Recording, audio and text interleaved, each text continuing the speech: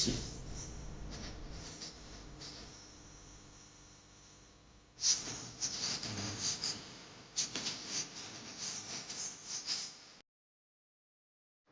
الحمد لله نحمده ونستعينه ونستغفره ونعوذ بالله من شرور أنفسنا ومن سيئات أعمالنا من يهده الله فلا مضل له ومن يضلل فلا هادي له وأشهد أن لا إله إلا الله وأشهد أن محمدا عبده ورسوله أما بعد فإن خير الحديث كتاب الله وخير الهدي هدي محمد صلى الله عليه وسلم وشر الأمور محدثاتها وكل محدثة بدعة وكل بدعة ضلالة وكل ضلالة في النار.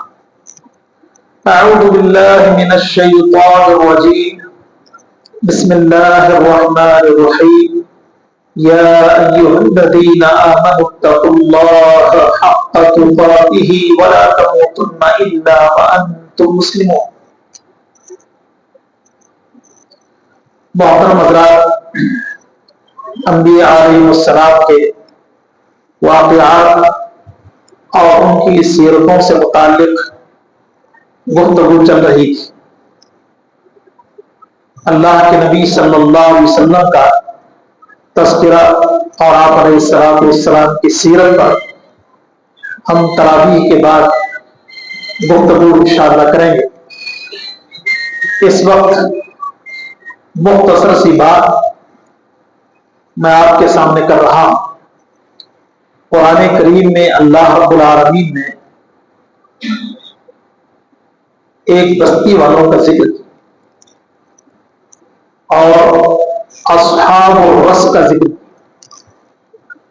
تھوڑا سا وقت ہے تو تھوڑے سے وقت میں میں آپ کے سامنے کچھ باتیں رکھوں. اصحاب الرس، اصحاب الرس یہاں وہ لوگ مراد ہیں جو ایک ایسے کنویں کے پاس رہتے تھے جس کی منڈیر پتھروں سے بنائی گئی تھی. اور یہاں رہنے والے لوگ قوم تمود اور قوم عاد ہی کی نسل سے تھے. قوم عاد اور قوم تمود کے بارے میں ہم نے قرآن میں یہ پڑھا کہ اللہ رب العالمین نے ایسی قومیں روئے زمین پر پیدا نہیں کی. طاقت کے اعتبار سے، صحت کے اعتبار سے، قوت کے اعتبار سے، عمر کے لحاظ سے اور جسامت کے اعتبار سے روئے زمین پر ایسی قومیں پیدا نہیں. اللہ تعالیٰ نے ارشاد فرمایا لم یخلق مثلها فی البلاد. اور پھر انسان کو تھوڑی سی طاقت مل جاتی ہے، تھوڑی سی قوت حاصل ہو جاتی ہے تو وہ یہ سمجھتا ہے کہ بس میں ہی ہوں، کوئی اور نہیں ہے. طاقت امانت ہوتی ہے لیکن انسان یہ سمجھتا ہے کہ طاقت ہے تو بہت کچھ کر لوں گا. تو جس کے پاس طاقت و قوت ہوتی ہے، طاقت کو بطور امانت کے استعمال کر لے اور صحیح طور پر فائدہ اٹھائے تو اللہ کی نظر میں بہترین انسان.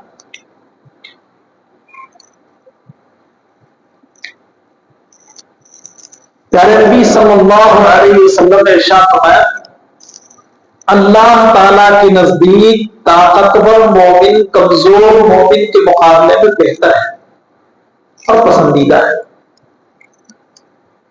اور پھر یہ کہ کمزور ایمان والا وہ بھی اللہ کے نزدیک پسندیدہ ہے. جس آدمی کو طاقت اور قوت حاصل ہوتی ہے وہ اللہ رب العالمین کی عبادت جم کے کر سکتا ہے، اللہ کے بندوں کی خدمت جم کے کر سکتا ہے اور خود محتاج کسی کا نہیں ہوگا, سارے کام خود ہی کر لے سکتا ہے. اس اعتبار سے نیکیوں کے ڈھیر لگا سکتا ہے. اب اگر طاقت اور قوت آ جائے تو اس کو ظلم میں استعمال کر, جیسے لوگوں کی اکثریت یہی کرتی ہے.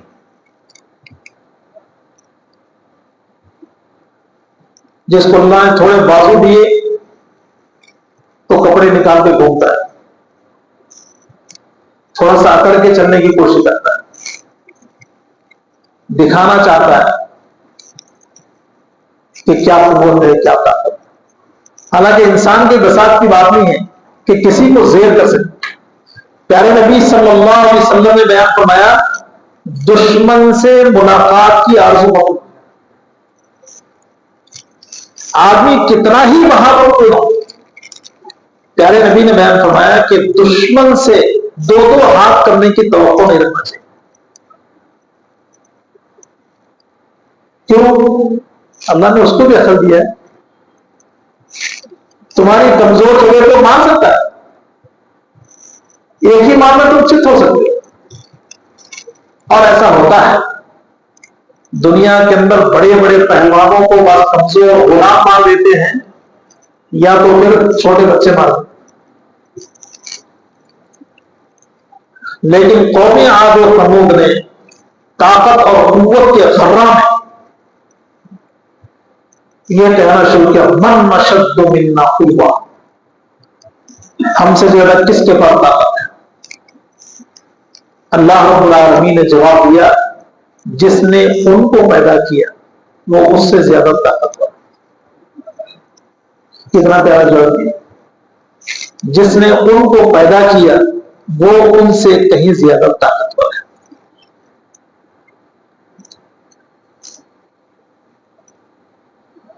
آخر اسی طاقت کے نشہ میں انہوں نے اللہ رب العالمین کی نافرمانی کی. نافرمانی کے نتیجے میں اللہ نے ان پر ایسے عذاب مسلط کر دیے کہ عذاب نے ان کو ان کے گھروں سے باہر لا کے پڑا.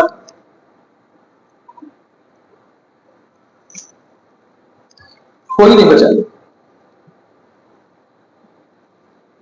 جن مکانات کو انہوں نے بنایا تھا کہ ہم ان مکانات میں محفوظ طریقے سے رہیں گے, اللہ رب العالمین نے ان کو اس طرح عذاب مبتلا کیا کہ سب کی موتیں گھروں کے باہر.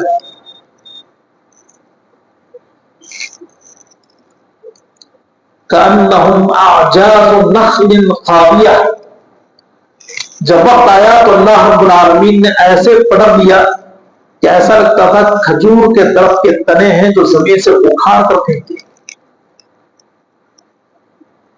گردنیں توڑ دیا اللہ رب العالمین. کہ انسان گردن اٹھا کے کہتا تھا من اشد منا قوہ, اٹھا کے رب نے ایسے پکڑ دیا کہ گردن الگ جسم الگ.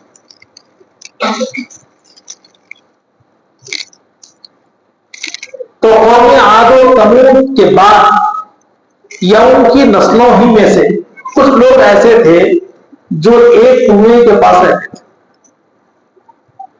ان کو اللہ تعالیٰ نے اصحاب الرس کہا. ان کے پاس اللہ کا نبی آیا سمجھانے کے لیے, بتانے کے لیے, تو اس نبی کو قتل کر کے انہوں نے کنویں ڈال دیا.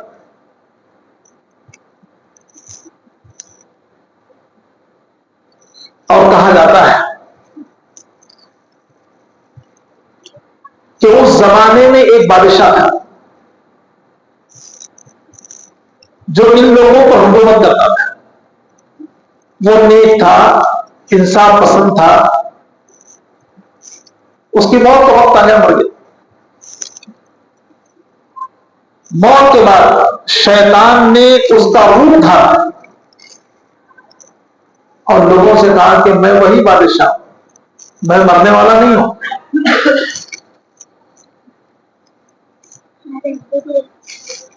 میں مرنے والا نہیں ہوں, میں ہمیشہ زندہ رہنے والا ہوں. میں تو کچھ دیر کے لیے پردے میں چلے گیا, تم کیا سمجھ میں مر گیا ہوں؟ میں زندہ ہوں.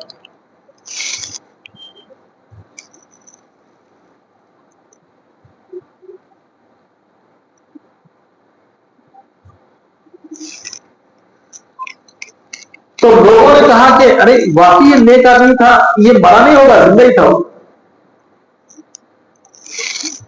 تو لوگوں نے اس کی پوجا شروع کر دی، اس کو معبود بنایا کہ ابھی ہمیشہ زندہ رہنے والا ہے، یہ ہمارا معبود ہے.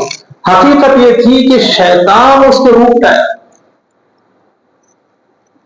اب اس کی محبت ان کے دلوں میں اتنی رچ بس گئی تھی کہ اس کو چھوڑنے کے لیے تیار نہیں ہوتے.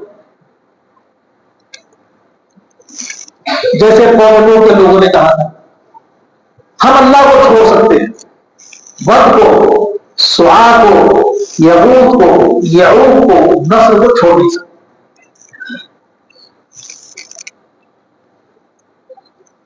تو اللہ کے مقابلے میں جن باطل خداؤں کی لوگ عبادت کر رہے تھے ان کی محبت لوگوں کے دلوں میں بٹھا دی لگے گئے. اللہ رب العالمین ایسے ہی وقت انبیاء علیہ السلام کو بھیجتا ہے جب لوگ شرک کے دلدل میں پھنسی ہوئی ہو، اللہ رب العالمین کی پہچان مٹ چکی ہو، تو اللہ اپنی پہچان کروانے کے لیے انبیاء اور رسول کو بھیجتا ہے. اور بعثت کا مقصد اللہ نے بیان فرمایا وَلَقَدْ بَعَثْنَا فِي كُلِّ أُمَّةٍ رَسُولًا أَنِ اعْبُدُوا اللَّهَ وَاجْتَنِبُوا الطَّاغُوتَ. ہر قوم و ملت میں اللہ کی طرف سے رسول آتا ہے.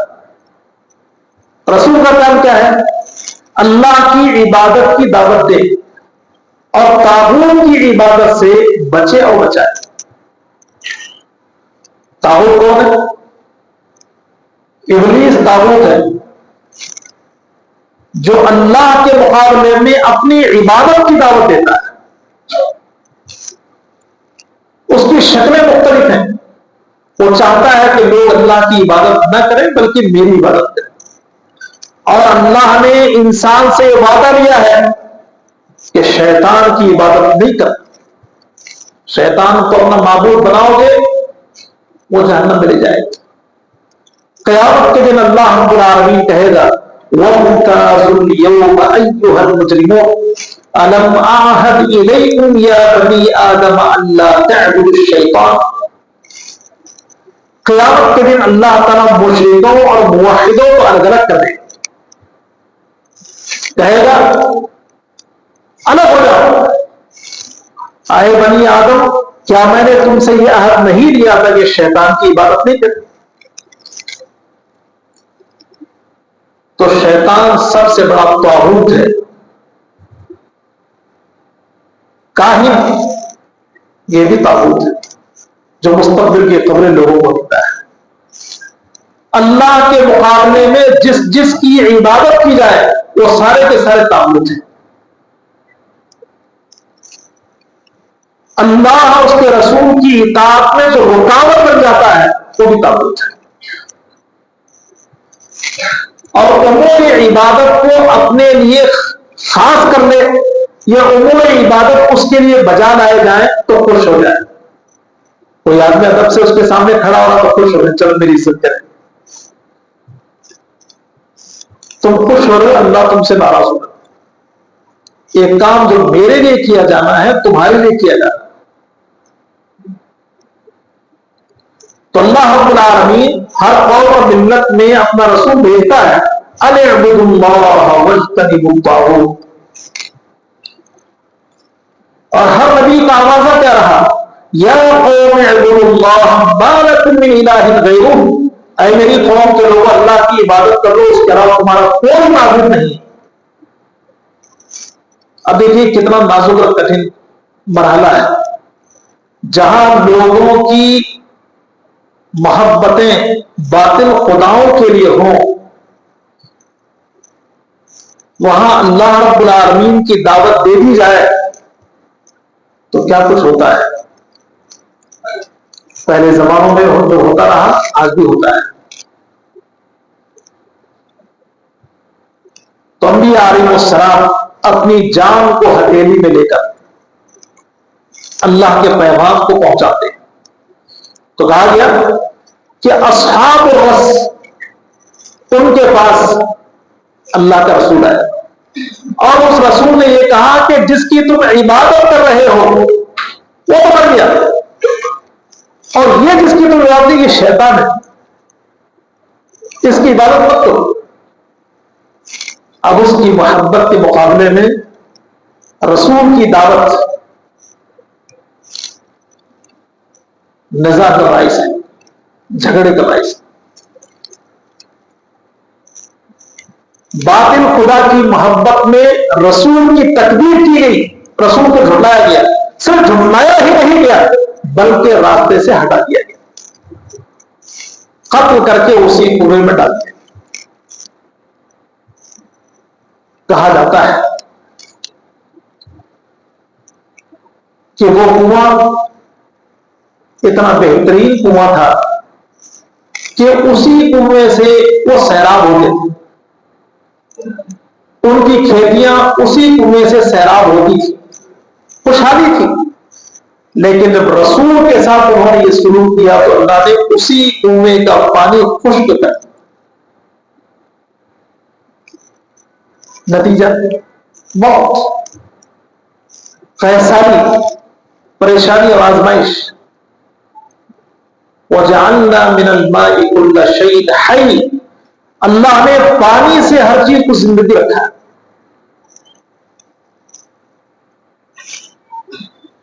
پانی کے بغیر ہم جی نہیں سکتے، پانی کے بغیر اناج ہمیں مل نہیں سکتا، پانی کے بغیر ہمارے جانور زندہ نہیں رہ سکتے۔ اللہ رب العالمین نے اس پانی کو سکھا دیا، اور جو درخت تھے جو اسی پانی کی وجہ سے تر و تازہ نظر آتے تھے، اللہ رب العالمین نے ان درختوں کو بھی سکھا دیا۔ بعض پھلوں کے ہوتے کہ انسان پھل کھا لیتا ہے، تو اللہ رب العالمین نے ان درختوں کو بھی سکھا دیا۔ تو اصحاب الرس، انہوں نے رسول کی تکذیب کی، رسول کی نافرمانی کی اور رسول کے ساتھ برا سلوک کیا، نتیجتاً اللہ رب العالمین نے ان کو تباہ و برباد کر دیا۔ تو ایک واقعہ ہے جو میں نے آپ کے سامنے بیان کیا، باقی اصحاب القریہ انشاءاللہ ان کا واقعہ بھی بعد میں بیان کریں گے آپ کے سامنے۔ اسی پر اکتفا کرتے ہیں۔ وآخر دعوانا الحمدللہ رب العالمین۔ ایک دو سوالات ہیں، ان کو حل کرتے ہیں۔ پہلا سوال ہے، کیا تراویح میں قرآن دیکھ کر پڑھ سکتے ہیں؟ جواب یہ ہے، جو قرآن کریم کو پڑھنا جانتا ہو تو اس کو دیکھ کر نہیں پڑھنا چاہیے۔